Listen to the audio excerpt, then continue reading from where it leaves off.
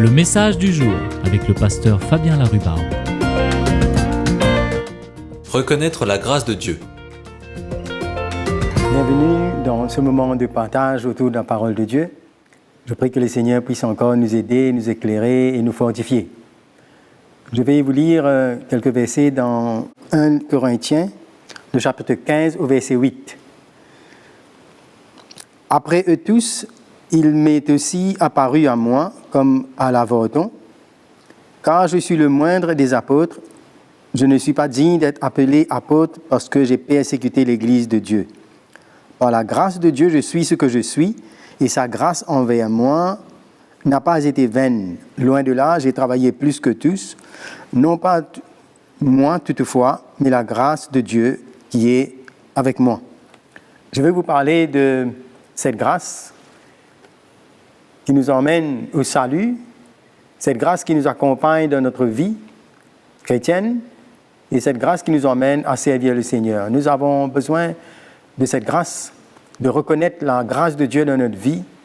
Et Paul, ici, nous parle comment il reconnaît que lui, il était loin, il était en dehors de tout ce que Dieu faisait, mais il nous parle que comment, après les apôtres, le Seigneur s'est révélé à lui et cela l'a emmené à bouleverser dans sa vie et il a commencé à servir le Seigneur.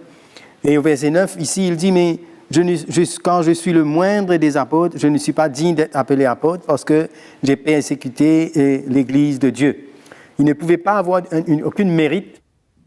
Il ne pouvait pas compter sur toutes ses études, sur sa fidélité, à sa tradition, tout ce qu'il avait. Mais quand le Seigneur s'est révélé à lui, il a réalisé qu'il n'était même pas digne parce qu'il a fait du mal à l'Église. Il a persécuté l'Église dans l'ignorance. Il s'est opposé au plan de Dieu. Il voulait au fait faire le bien en défendant Dieu, mais dans l'ignorance. Et il avait sa propre justice. Et il avait sa propre manière de voir la manière qu'il pouvait servir Dieu. Et nous voyons que quand le Seigneur l'a touché, il a été renversé, bouleversé. Et après bien des années, il écrit cette lettre aux Corinthiens et il réalise, il dit, mais il est le moindre. Il reconnaît qu'il n'avait rien mérité et que il avait persécuté l'Église. Il a fait beaucoup de mal à l'Église. C'était un homme zélé, sincère dans ce qu'il voyait, il croyait, mais il ne connaissait pas le Seigneur. Il a fallu la grâce de Dieu pour venir le rencontrer sur le chemin de Damas, pour le renverser et pour enlever les écailles dans ses yeux, pour qu'il puisse voir. Ce n'est que la grâce qui peut changer un homme. Ce n'est que la grâce de Dieu qui peut arriver à bouleverser la vie d'un homme qui ne comprend rien, qui ne voit rien et qui ne mérite rien. Il était ennemi de l'Évangile dans un sens où il persécutait, il faisait du mal aux chrétiens. Et voilà que le Seigneur, dans sa grâce, l'a choisi. Et nous remarquons que dans plus que toutes les épîtres que Paul écrit, il parle de la grâce de Dieu. La grâce, cette grâce qui a saisi sa vie.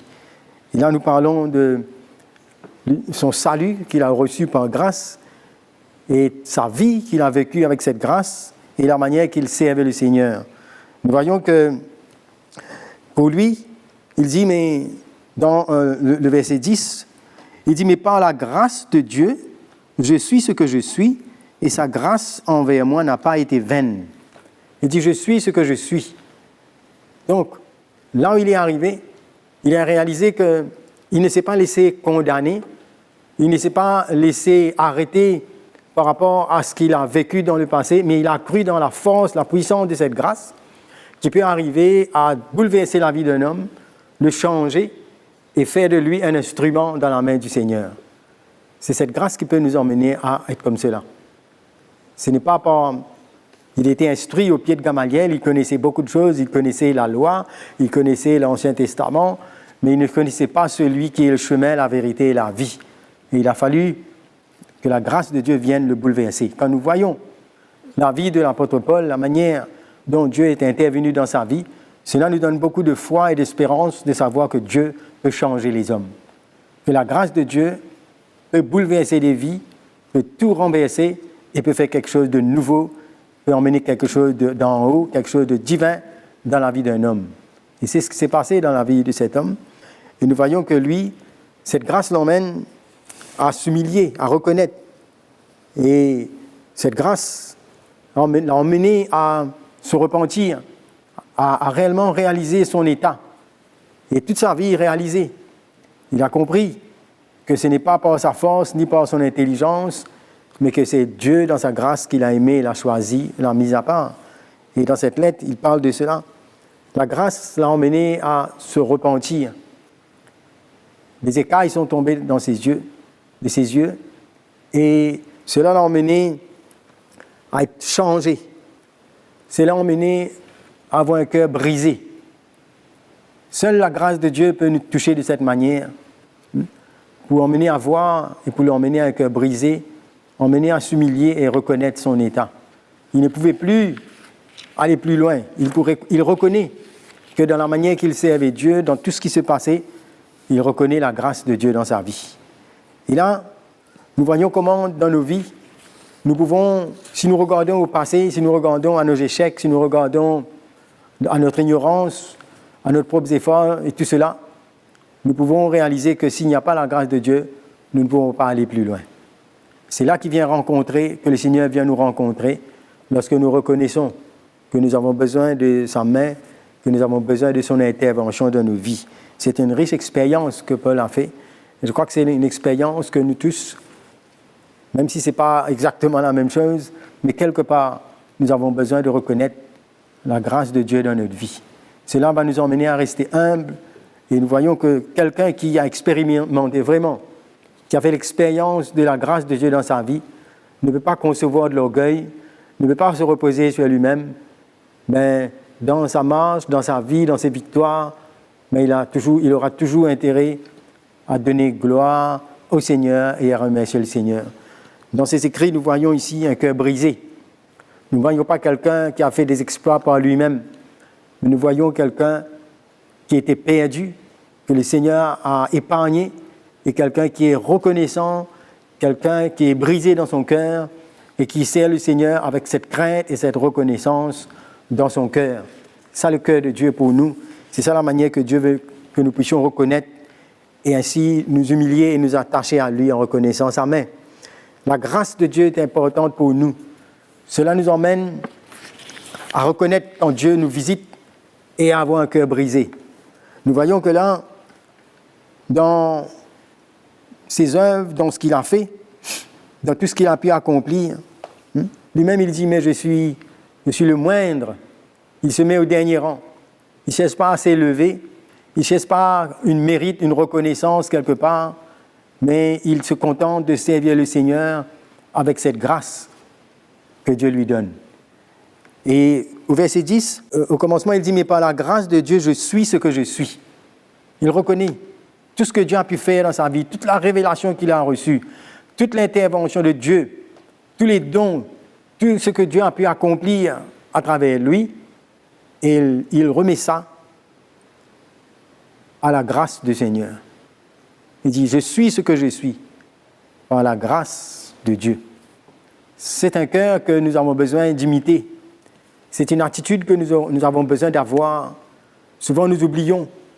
Nous croyons que c'est parce que nous avons prié ou c'est parce que nous avons fait quelque chose, mais nous ne réalisons pas que si Dieu ne nous fait pas grâce, on ne peut rien faire et on ne peut rien arriver. On ne peut pas. Et c'est pourquoi Jésus a dit, mais sans moi, vous ne pouvez rien faire. Nous avons besoin de lui. Plus nous allons avec le Seigneur, plus nous réalisons que ce n'est que par sa grâce, ce n'est que sa force, c'est lui qui fait en nous. Et Paul, avec humilité, il reconnaît la grâce de Dieu dans sa vie. Et il dit, je suis ce que je suis. Et il dit, mais cette grâce, la grâce de Dieu nous emmène à changer, nous emmène à être brisés, nous donne une attitude d'humilité, remplie de foi, remplie de cette assurance que Dieu lui-même nous donne. Et là, l'apôtre Paul, il dit, mais cette grâce envers moi n'a pas été vaine. Et là, comment il n'a pas laissé cette grâce rester sans fruit. Mais premièrement, la grâce de Dieu l'a emmené à s'humilier. Comment nous avons besoin d'avoir cette attitude d'humilité pour servir le Seigneur, pour marcher avec lui, même dans nos relations les uns envers les autres. L'humilité dans notre service, de réaliser que ce n'est pas nous, mais il y a quelqu'un qui est avec nous et qui nous ouvre les portes et qui nous fortifie et qui nous restaure. Donc la grâce de Dieu nous brise, il nous révèle la grâce, l'intervention de Dieu. La grâce de Dieu nous emmène à nous humilier, à avoir un cœur reconnaissant et nous transforme. Et seul Dieu peut briser nos cœurs.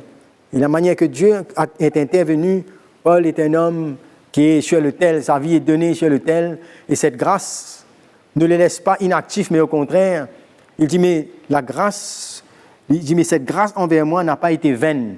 Au contraire, cela l'a emmené à être doublement reconnaissant pour pouvoir donner sa vie et servir le Seigneur. Et il dit, mais voilà, ce n'est pas moi, mais cette grâce. Et donc, la grâce de Dieu est avec moi. Nous avons besoin de sentir la grâce de Dieu envers nous. Nous avons besoin dans notre vie de reconnaître et de ressentir que si Dieu nous demande à faire quelque chose, si nous avons à faire quoi que ce soit, ou n'importe quel changement, n'importe quoi que ce soit que Dieu a besoin de faire en nous, nous avons besoin de ressentir sa grâce envers nous. Ça nous donnera plus d'assurance, plus de repos, et plus de foi, et plus d'humilité, de reconnaître la grâce de Dieu dans notre vie et dans la vie des autres.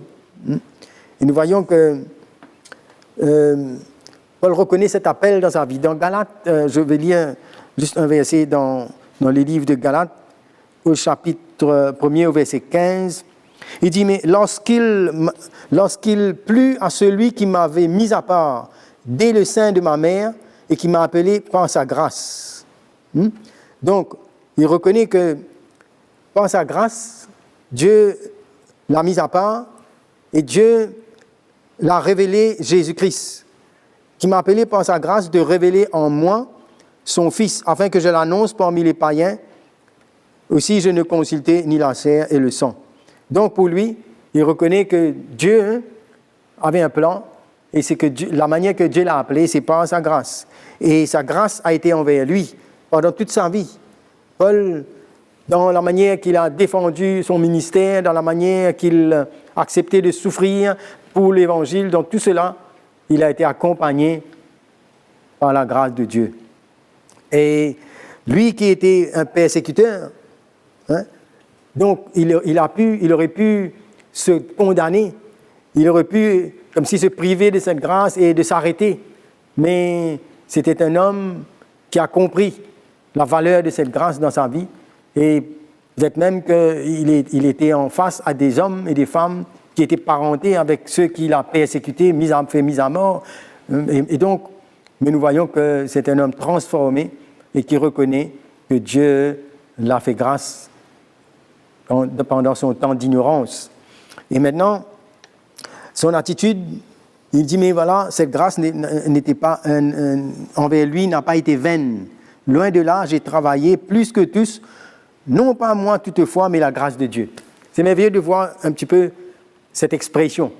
Il reconnaît que la grâce de Dieu était envers lui et que cette grâce l'a emmené à travailler. C'était un homme actif, c'était un homme plein de zèle, plein de foi, déterminé, prêt à tout. Il était prêt à tout pour l'Évangile, prêt à perdre sa vie et il réalise. L'humilité, ce n'est pas seulement de dire « Ah mais non, moi je suis petit, je ne suis rien », mais non, il réalise que la grâce de Dieu est avec lui et il comprend de quoi la grâce de Dieu est capable. Là où il sort et qu'est-ce que la grâce de Dieu a fait de lui. Il reconnaît cela. Il dit « Par la grâce de Dieu, je suis ce que je suis ». Il sait qu'est-ce que la grâce de Dieu a fait. Nous devons savoir où la grâce de Dieu nous a emmenés, d'où nous sortons, qu'est-ce qui s'est passé dans notre vie quand nous recevons cette grâce. Qu'est-ce que ça a emmené dans notre vie? La grâce, ce n'est pas simplement Dieu nous fait grâce et puis on reste comme cela, mais la grâce travaille dans notre vie. Il nous emmène à progresser. Il nous emmène à nous humilier, à être brisés, à être dans la main de Dieu et il nous emmène à devenir ce que Dieu veut que nous devenions.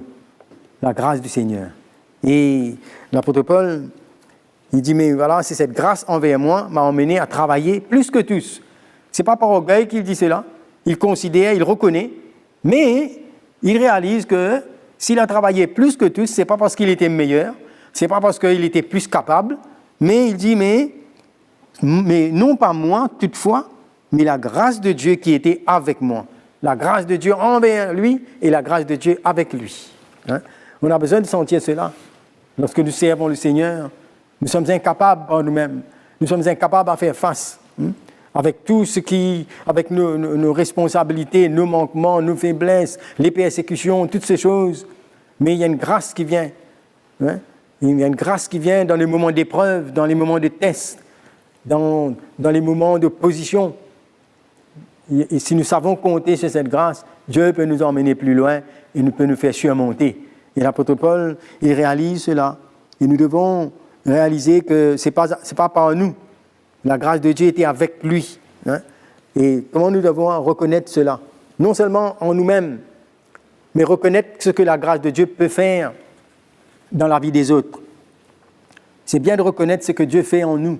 Mais je crois que plus on bénéficie de la grâce de Dieu, on apprend à apprécier et à respecter la main de Dieu dans la vie des autres et avoir la foi dans ce que la grâce de Dieu peut faire dans la vie des autres.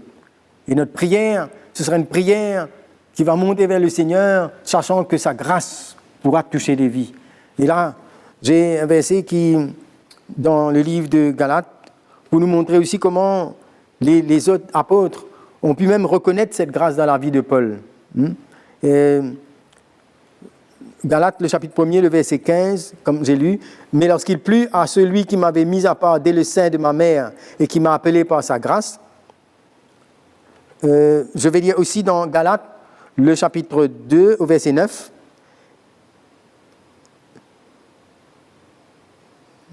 alors, le verset 9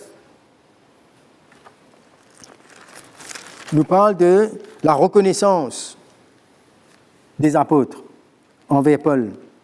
Je vais lire plutôt au verset 8, un petit peu plus haut. Il dit « Car celui qui a fait de Pierre l'apôtre des circoncis a aussi fait de moi l'apôtre des païens, et ayant reconnu la grâce qui m'avait été accordée, Jacques, Céphas et Jean, qui sont regardés comme les colonnes, me donnèrent à moi et à Barnabas la main d'association, afin que nous allions, nous, vers les païens et eux vers les circoncis. » Et là, nous voyons comment Jacques, Céphas, comment ces hommes ont reconnu la grâce de Dieu que Paul avait reçue.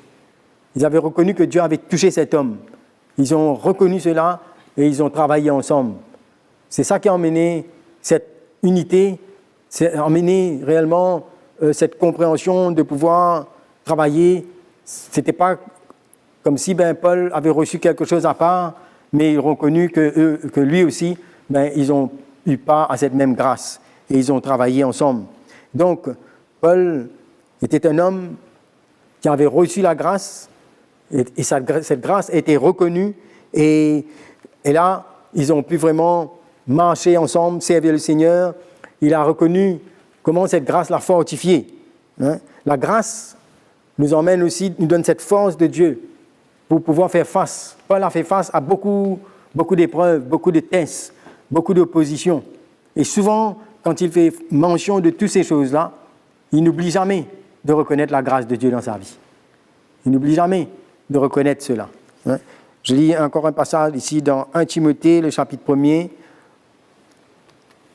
au verset 12-14. Alors là, Paul partage son cœur, instruit Timothée et lui donne un peu un aperçu de ce que la grâce de Dieu a fait dans sa vie. Alors le chapitre 1er au verset 12.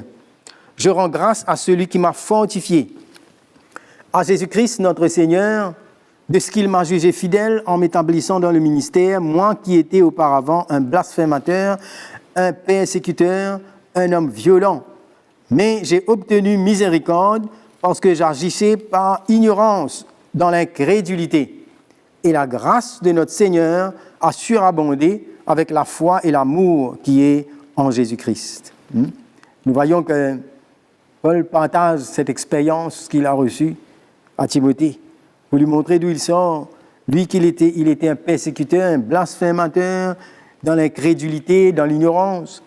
Mais la grâce a surabondé avec la foi et l'amour qui est en Jésus-Christ. Il y a suffisamment de grâce pour pouvoir sortir de notre état, avoir la foi et voir comment Dieu peut changer une vie.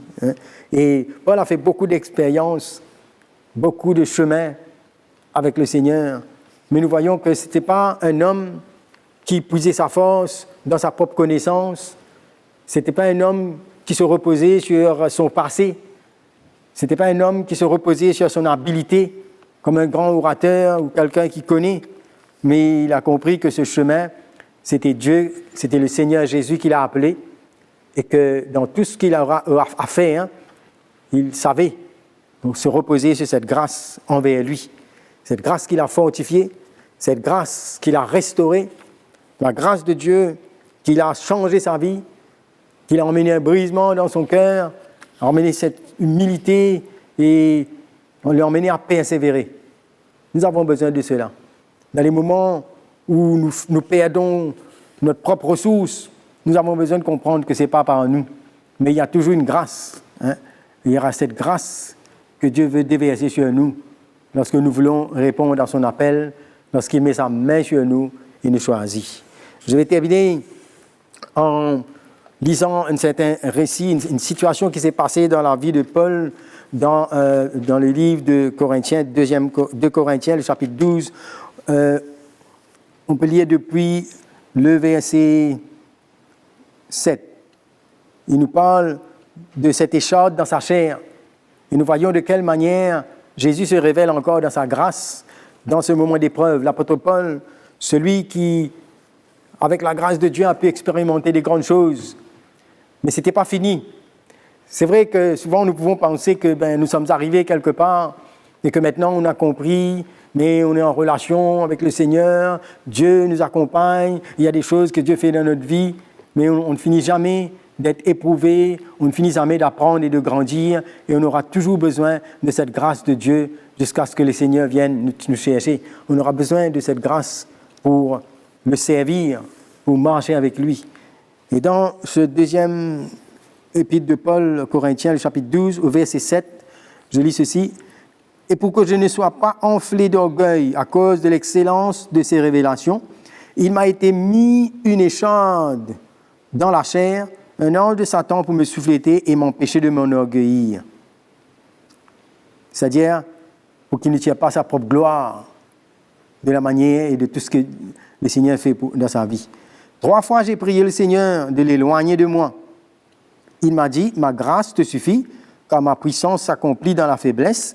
Je me glorifierai donc bien plus volontiers dans mes faiblesses, afin que la puissance de Christ repose sur moi. C'est pourquoi je me plais dans les faiblesses, dans les outrages, dans les calamités, dans les persécutions, dans les détresses pour Christ, car quand je suis faible, c'est alors que je suis fort. » Paul dit, mais voilà, vous savez, Dieu, il connaît mieux que nous notre point faible, ce qui va nous faire tomber.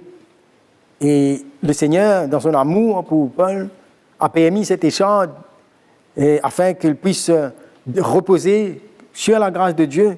Il a prié, c'était un homme de foi, il a prié 3 fois, n'est-ce pas?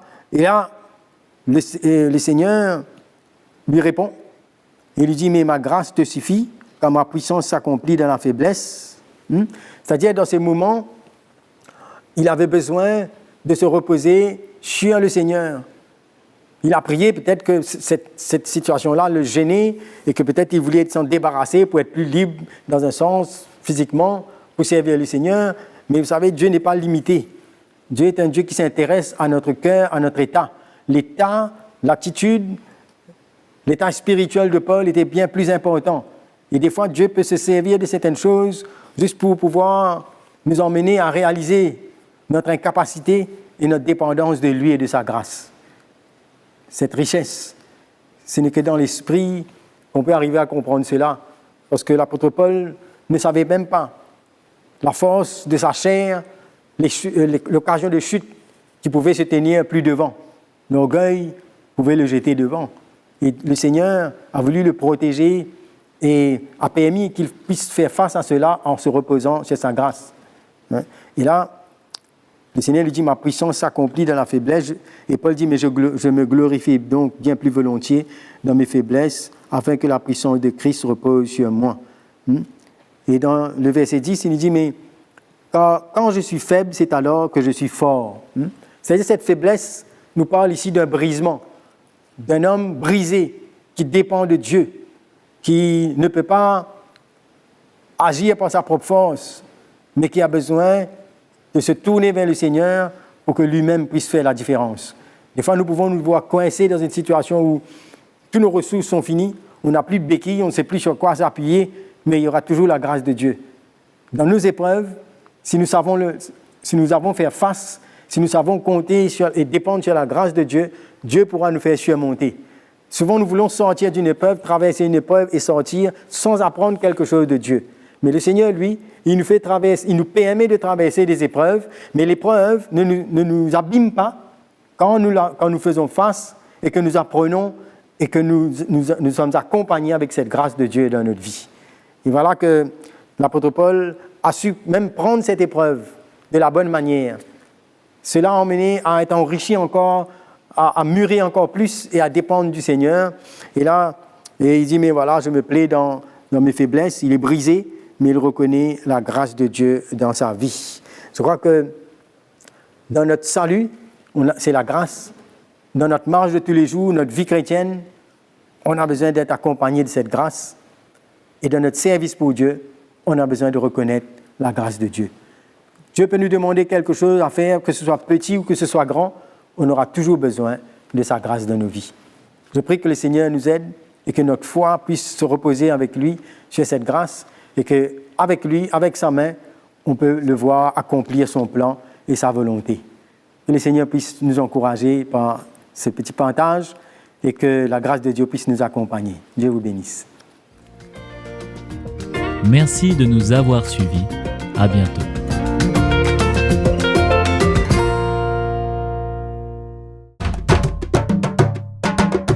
Pour plus d'informations, visitez le www.ctmi.org.